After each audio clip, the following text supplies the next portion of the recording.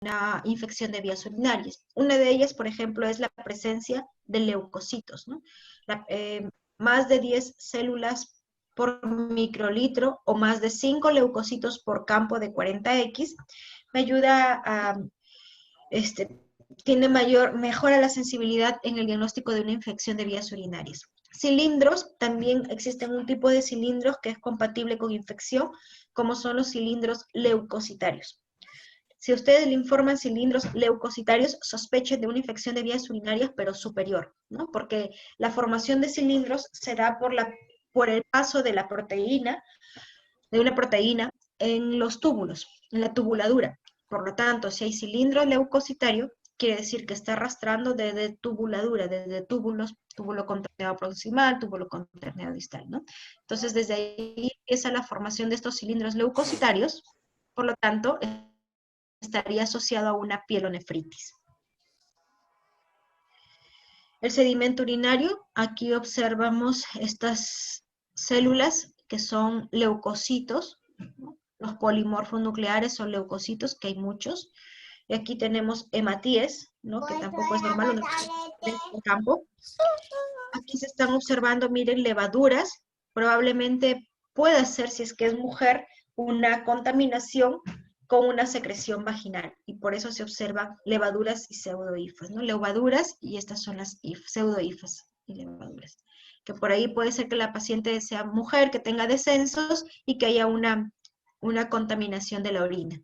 Habría que evaluar eso. Procesamiento de la muestra. El procesamiento de la muestra, empezamos con el sedimento urinario, luego una coloración Gram, que no se realiza a todas las muestras. Si ustedes necesitan una tinción Gram, deben solicitarla, ¿no? Deben pedir coloración Gram, perdón. Entonces, se realiza si es solicitado, se toman 10 microlitros de orina no centrifugada y se coloca en una lámina portaobjeto y se hace la coloración respectiva.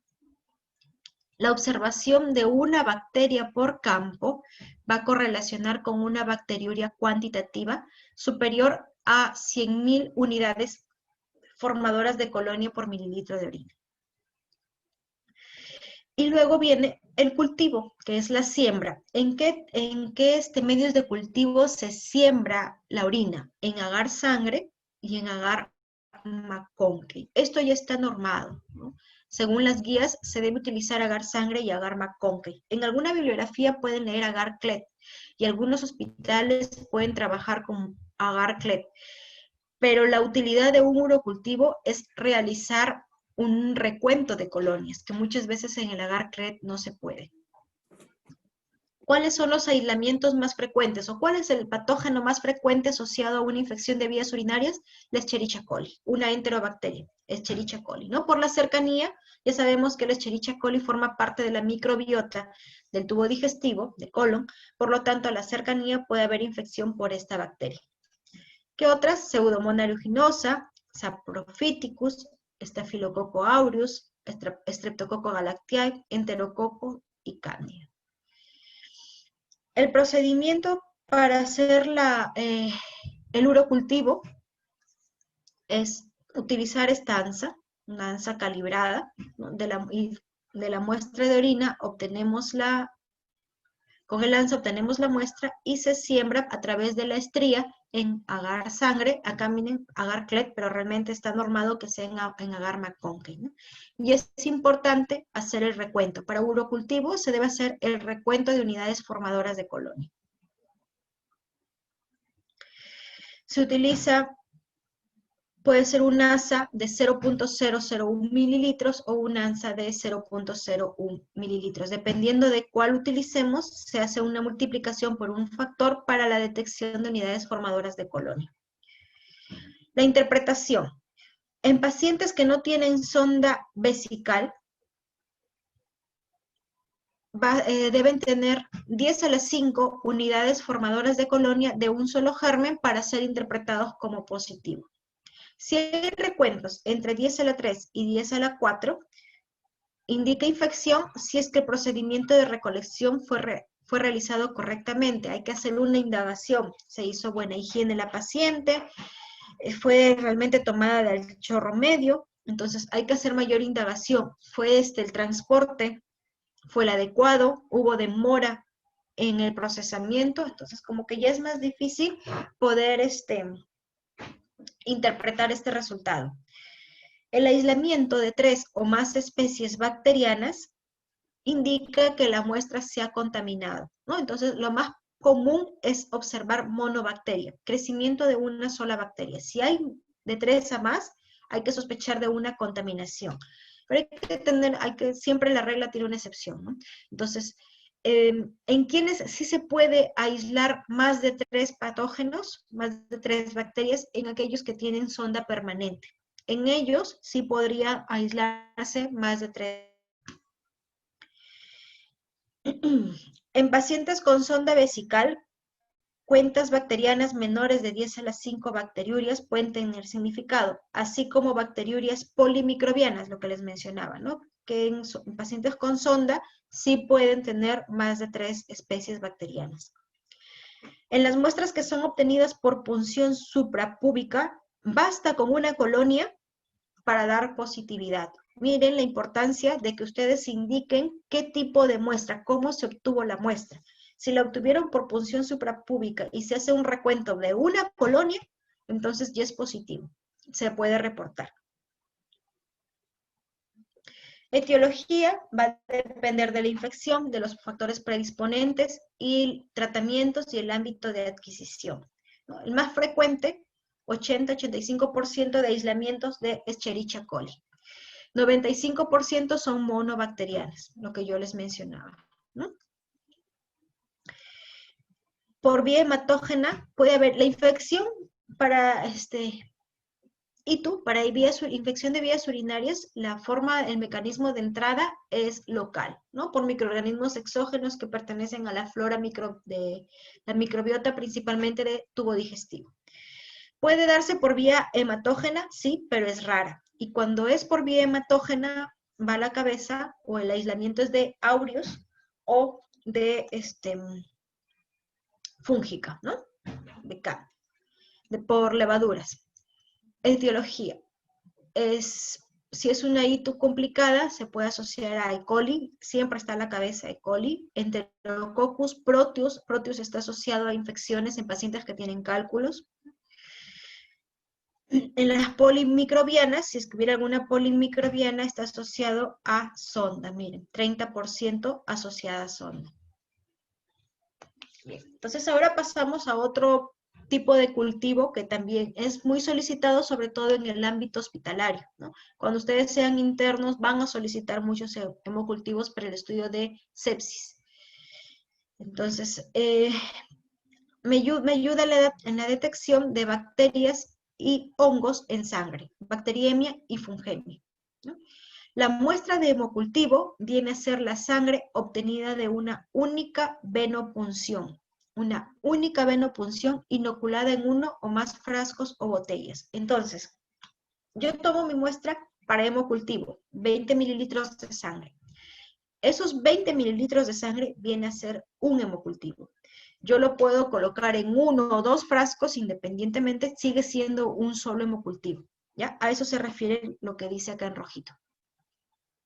Serie de hemocultivos es un conjunto de muestras obtenidas en un periodo de 24 horas. Lo que generalmente se recomienda son 2 tomas, 2 hemocultivos en 24 horas. Y si es que estamos estudiando algunas patologías como endocarditis, como una fiebre de origen desconocido, pues estaría indicado hasta 3 muestras de hemocultivo. Se debe rotular estos tubos con la fecha y la hora de extracción, que es importante para la interpretación del resultado.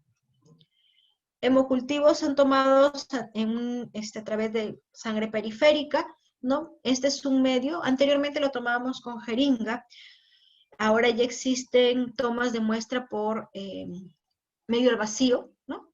Tubos al vacío, esto de acá, estos frascos están al vacío, que cuando uno coloca la alita para la toma de muestra, pues hace un llenado automático de sangre, ¿no? Tiene un tope. Entonces, es ideal Poco a poco en laboratorio se va implementando la toma de muestra al vacío. Volumen de sangre a tomar. En adolescentes y adultos de 10 a 20 mililitros y en neonatos de 1 a 2 mililitros y niños pequeños hasta los 12 años de 2 a 5 mililitros. Es importante cumplir con estas cantidades. ¿Por qué? La literatura o estudios indican de que, por ejemplo, en quienes da más pena tomar muestra, ¿no? En los neonatos. Entonces, si tomamos poquita muestra porque pobrecitos son muy chiquitos, es de vena difícil, si yo tomo menos de 1 mililitro, realmente la literatura dice, mejor descártalo, porque no vas a aislar, no es muy útil si tomo menos de lo indicado.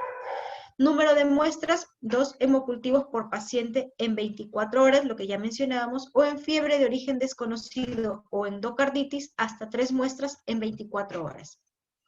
Miren el volumen de sangre, esto ya es de acuerdo al peso, esto es para pediátricos, ¿no? Porque hay prematuros, pequeñitos, menos de 1 kilogramo de peso, tienen una volemia de 50-99, un máximo de 2 mililitros se le debe tomar. Entonces, esta bibliografía de donde se obtuvo este cuadro recomienda mucho el volumen a tomar de muestra, porque si no, no hay significancia y no se puede obtener un buen resultado. Oportunidad para la toma de muestra. Lo mismo que en criterios generales mencionábamos. Antes del inicio de la antibiótico-terapia, si ya está en tratamiento antibiótico previo a la siguiente dosis, ¿no?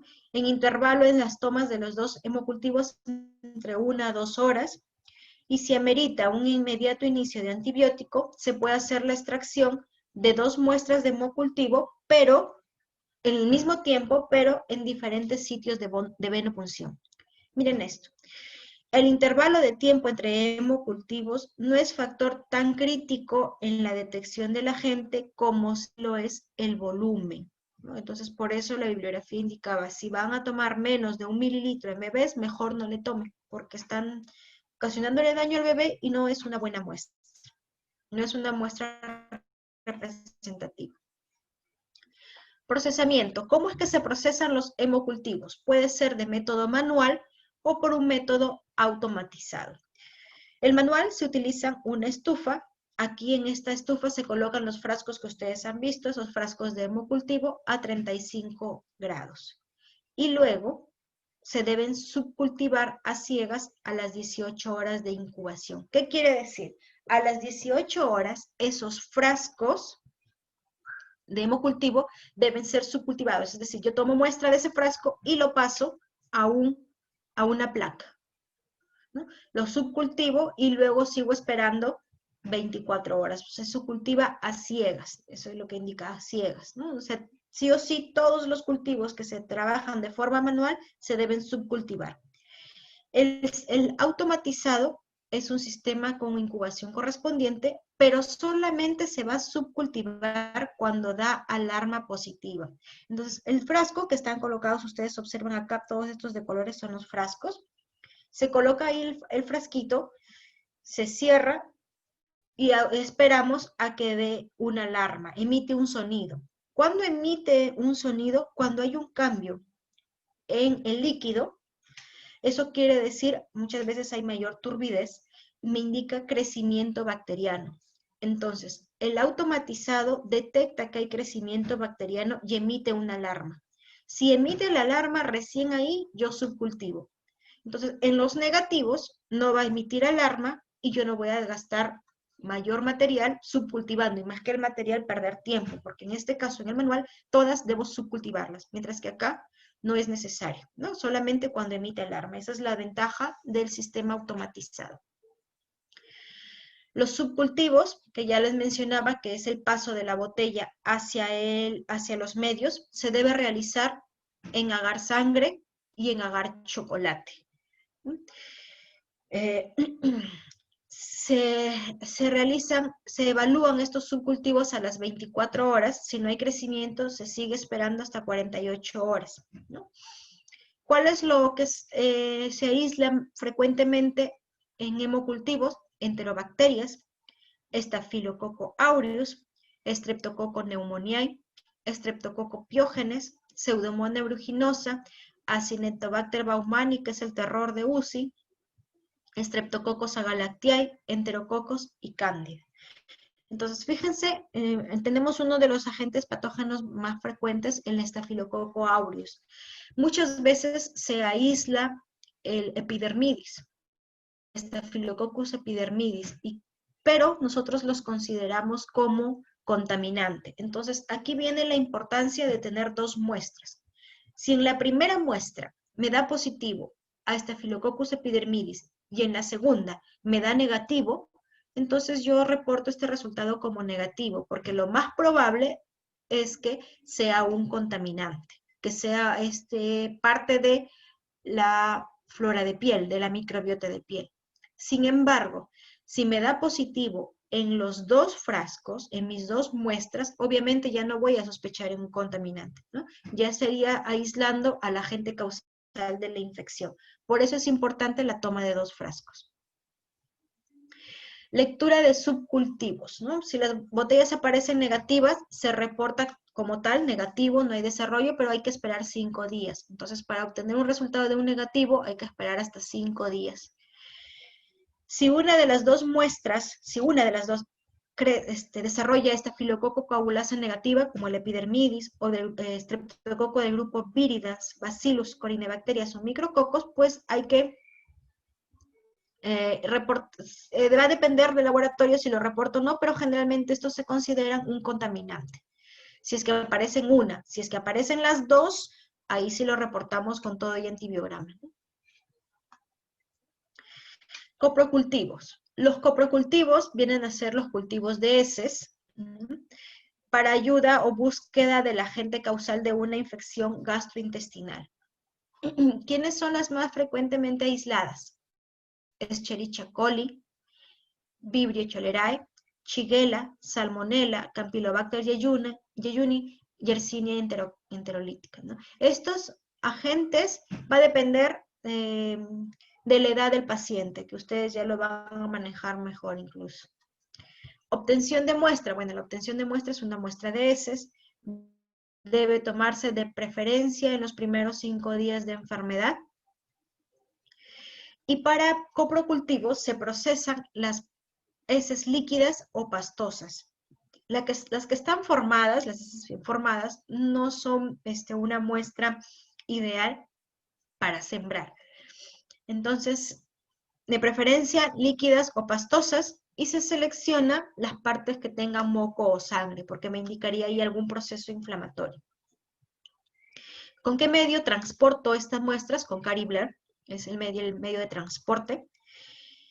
Existe un volumen mínimo, en el caso de las heces líquidas, 5 mililitros de heces, y cuando son pastosas, pues basta con que sea el tamaño de una nuez, más o menos habría que calcular, para realizar el estudio. Siempre es importante notar el aspecto macroscópico, si es que hay presencia de sangre, de moco, pus, ¿no? ¿Cuáles las características? Es formada, semisólida o líquida. Y se siembra en agar McConkey, que me va a ayudar a definir su medio selectivo. Ya habríamos hablado que el agar McConkey es un medio selectivo para enterobacterias, por eso es que se siembra en este medio. Puedo escoger algún otro, como el TCBS, el agar-Hector y el Salmonella Shigella.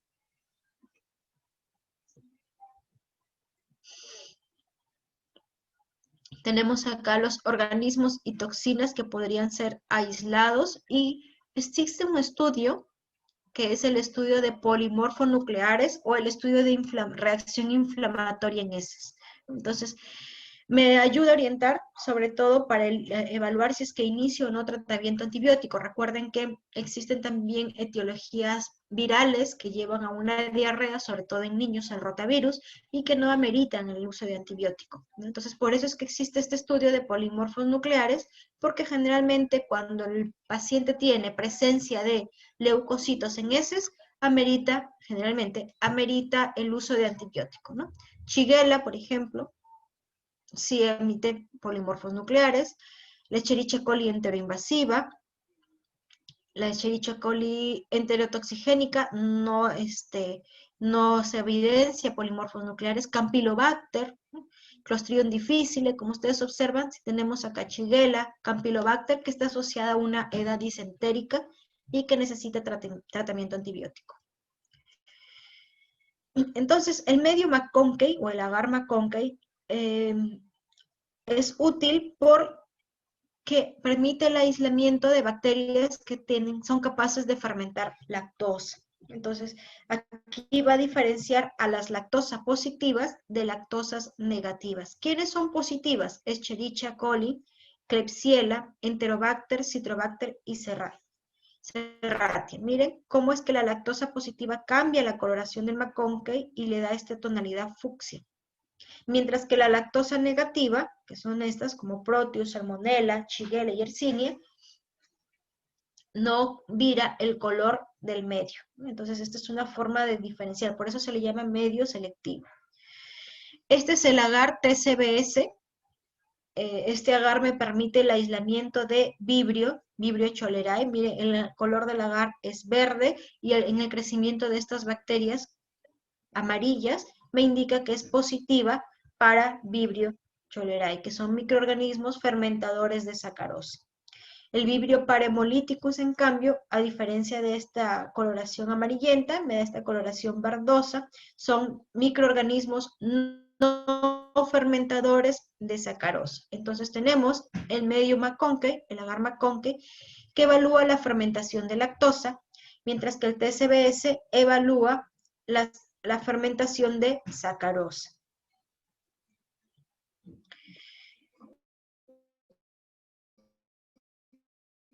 Tenemos acá la Escherichia coli en una, pero emite el gas, un gas que le da esta coloración negruzca. Y Shigella, que tampoco es fermentadora de lactosa. Entonces, hasta aquí evaluamos coprocultivos, ¿no? Entonces, en coprocultivo interesa mucho la muestra, qué tipo de muestra vamos a trabajar, la morfología sobre todo, si son heces líquidas, pastosas o formadas. De preferencia las formadas no deben ser trabajadas, ¿no? Y la siembra se da en el agar McConkey, las cuales me ayudan a diferenciar a las enterobacterias. Dependiendo de la clínica, puedo solicitar la siembra en TCBS, por ejemplo, para el estudio de cólera, Vibrio cholerae. Muestras del tracto respiratorio inferior para evaluar neumonía. Para evaluar neumonía, realmente las muestras pueden ser de muy difícil interpretación en el diagnóstico, dado que en el tracto respiratorio superior existe una gran microbiota. Entonces, cuando se toma la muestra, que generalmente es esputo, puede arrastrar o puede tomar parte de esta microbiota y va a haber un gran crecimiento de distintas bacterias en la placa. Entonces, hay que tener mucho cuidado cuando se hace la interpretación de estos cultivos. Este diagnóstico microbiológico tiene bajo rendimiento, que es por el motivo que les decía, ¿no? Entre 40 y 60% no se aísla el agente causal. Hay una baja sensibilidad de cultivos porque hay contaminación con la microbiota que coloniza el tracto respiratorio superior y requieren de medios y procedimientos especiales. Acá tienen ustedes los síndromes clínicos y la etiología con la que generalmente se asocia. Entonces, ¿qué tipo de muestras clínicas utilizamos para el estudio de infecciones del tracto respiratorio inferior? Tenemos el esputo, secreciones traqueales y las muestras obtenidas a través del fibrobroncoscopio, que esto ya es un tipo de muestra especializado, la toma el médico especialista, generalmente neumólogo. El esputo, que es la de más fácil obtención para consultorio externo, por ejemplo, u hospitalizados. En UCI es un poco difícil porque el paciente no está consciente, generalmente está intubado, ¿no? Está en ventilación mecánica. La secreción traqueal, el aspirado traqueal. Del mismo nombre obtenemos que la muestra viene de tráquea. Por lo tanto, el paciente debe tener acceso a la tráquea. Es decir, debe estar en ventilación. Y cuando el paciente está en ventilación, está sedado, por decirlo así, ¿no? Entonces, el paciente no está despierto. Entonces, esto hay que tener cuidado porque en algunos casos nos llega al laboratorio muestras supuestamente de aspirado traqueal y cuando vamos a ver el paciente está de lo más tranquilo y despierto en su habitación. Entonces, ¿qué es lo que sucede? Que la enfermera, en algunos casos, toma la muestra de aspirado de secreciones, que lo hacen de orofaringe, no lo hacen de traje, el paciente no está intubado. Y esa muestra de orofaringe lo envían como si fuera un aspirado traqueal. Entonces ahí nos dificulta mucho y hay un mayor gasto de material porque esa muestra no es representativa. Y ya vamos a ver más adelante que para procesar los aspirados traqueales son muestras semi-cuantitativas, los resultados son semi-cuantitativos. Muestras obtenidas a través de fibrobroncoscopio, que es lo que ustedes están observando acá. Tenemos el lavado bronquial o broncoaspirado, el lavado broncoalveolar y el cepillado bronquial. El más usado, lavado broncoalveolar. La expectoración, el esputo, que es el método más fácil y rápido. Su utilidad va a depender de que sea una buena muestra, de que realmente sea esputo y no sea saliva. Se debe realizar control de calidad antes de iniciar su procesamiento. El tipo de agente que se pretenda detectar debe estar indicado si es que ustedes pueden solicitarlo, y la valoración adecuada del resultado, la interpretación va a depender de la calidad de muestra. Entonces, este procesamiento de esputo se realiza, se siembra, mejor dicho, en agar sangre, en agar chocolate y McConkey, ¿no? Se deben realizar 2 frotices, aquí sí no es a solicitud, sino siempre se realizan 2 frotices para coloración Gram, porque dependiendo de lo que yo aísle, tiene que correlacionar con el Gram. Entonces, se hace la siembra, es un estudio cualitativo. El examen directo me va a ayudar, lo que mencionaba acá de la coloración Gram, el examen directo me ayuda para evaluar la calidad de muestra. La calidad, ¿cómo es que yo evalúo la calidad de muestra de un esputo o expectoración? Con estos criterios. Para decir que es un esputo, debe tener menos de 10 células epiteliales y más de 25 leucocitos polimorfonucleares. Si no cumple con este requisito, la bibliografía me dice que esta muestra debe ser rechazada. Entonces, si tiene más de 10 células epiteliales, ya no es considerada esputo. Y si tiene menos de 25 polimorfonucleares, igual, porque el esputo es pus, ¿no? Entonces es una reacción inflamatoria. Por lo tanto, debe cumplir con este criterio de calidad, pregunta de examen de NAM, para poder continuar con el procesamiento. ¿Qué más evaluamos en el examen directo? El morfotipo bacteriano predominante. ¿Qué predominan? Cocos gram positivos, cocos gram negativos, hay bacilos, entonces, para ayudarme en la interpretación del cultivo. ¿Cómo es que interpretamos el cultivo? Había un dibujito acá. Ustedes observen la placa, se hace una separación en 4 cuadrantes y se hace el sembrado del esputo en los 4 cuadrantes. Entonces, si hay crecimiento en al menos 2 cuadrantes de la placa de alguna bacteria que supere la microbiota normal del fondo, tomo esta bacteria para su estudio en el antibiograma, ¿no? Si hay menos de 2 cuadrantes, si hay solo un cuadrante, pero es puro, no está sobre una base de otro crecimiento bacteriano, también se considera importante. Y siempre evaluando qué observo aquí con el Gram que obtuve, ¿no? En el examen directo. Limitaciones, que hay algunos agentes de neumonía que no crecen en medios de cultivo, por ejemplo, clamidia, ¿no? Micoplasma, ellos no crecen en medios bacterianos comunes. Falsos negativos, puede haber si es que ha habido administración de antibióticos, muestras mal recolectadas que no cumplan con los requisitos de menos de 10 células epiteliales y más de 25 polimorfonucleares. Y falsos positivos, en los que yo analice y dé como positivo aquella bacteria que forma parte de la microbiota del tracto superior. Secreciones traqueales, es para valorar al paciente ventilado, repito, ventilado. Esto es algo que ustedes deben ir evaluando ya cuando sean internos, estar pendiente de lo que envía la licenciada en enfermería.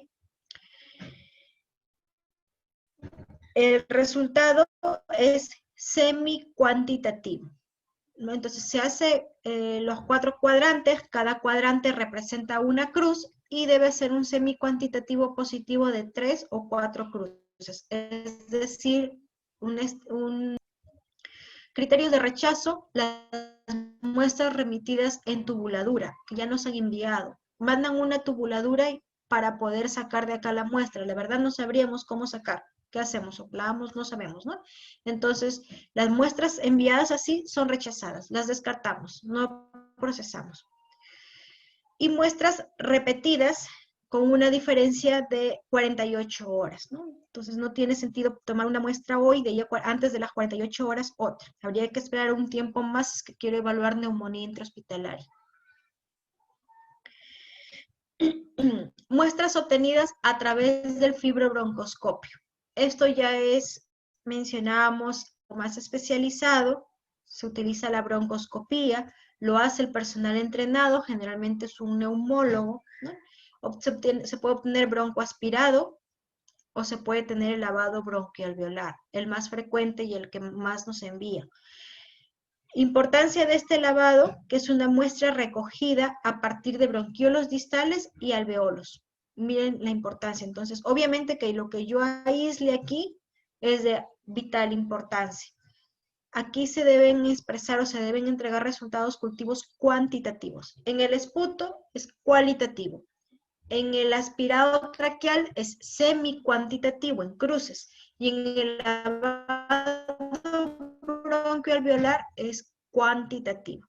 Lo que aumenta la especie. Se hace un recuento de colonias, bueno, ya esto es parte de la metodología. Se multiplica por algún factor de dilución dependiendo del lanza que se utilice. La interpretación del recuento es identificar los microorganismos presentes en recuentos significativos. ¿Y cuando hablamos de un recuento significativo?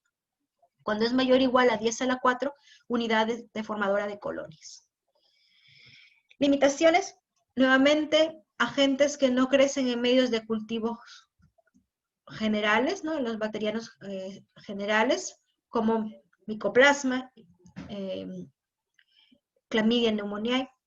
Falsos negativos, es parecido a lo que ya habíamos visto por el uso de antibióticos, muestras mal colectadas, retraso en el envío, procesamiento de, el retraso en el procesamiento de las muestras.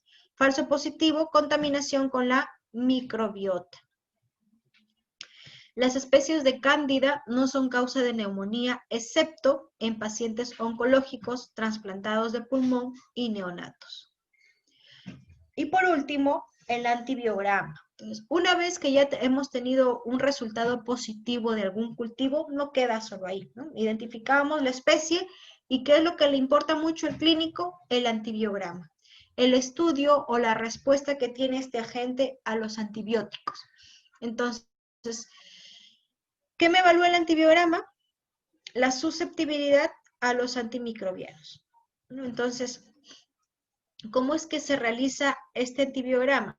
Se tiene que hacer otros sembrados. Imagínense todo el procedimiento, ¿no? ¿Cuánto tiempo puede durar la entrega de un reporte de cultivo?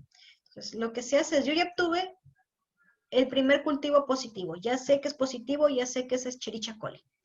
Entonces, yo tomo esta cepa de ese cultivo y la siembro en otro medio. Yo les había mencionado que para el antibiograma se utiliza el medio de Müller-Hinto. Entonces, se hace un sembrado en este agar Müller-Hinto, se inocula, se hace una siembra masiva de toda la planta y se colocan estos discos que ustedes pueden observar acá.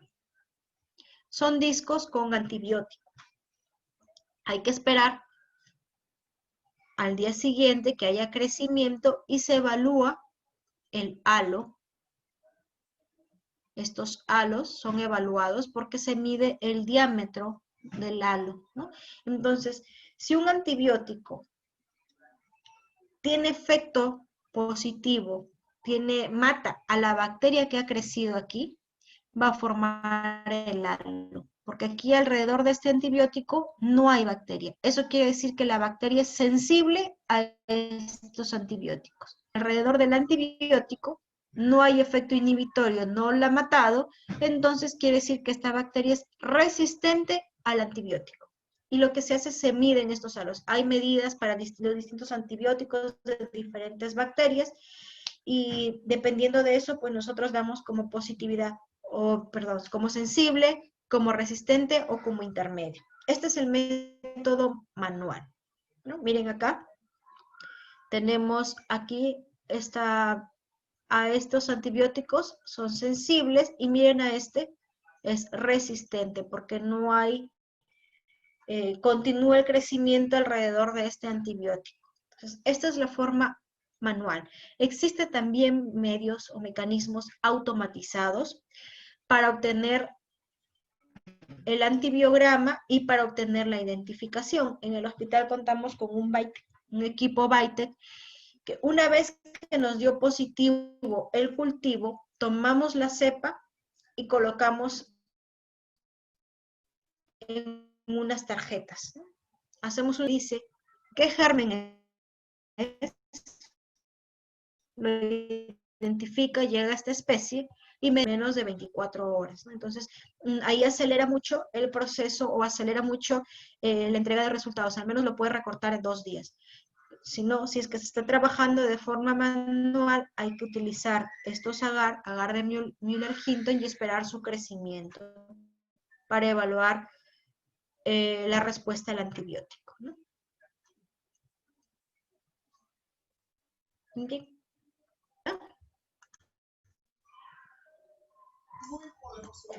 Muy bien, doctora, muchas gracias por su... Antes de que se corte, Angélica. Bien, chicos, no sé si tuvieran alguna pregunta. Sí, chicos, Espero ¿alguien tiene que alguna pregunta? Quedan 2 minutos y se corta.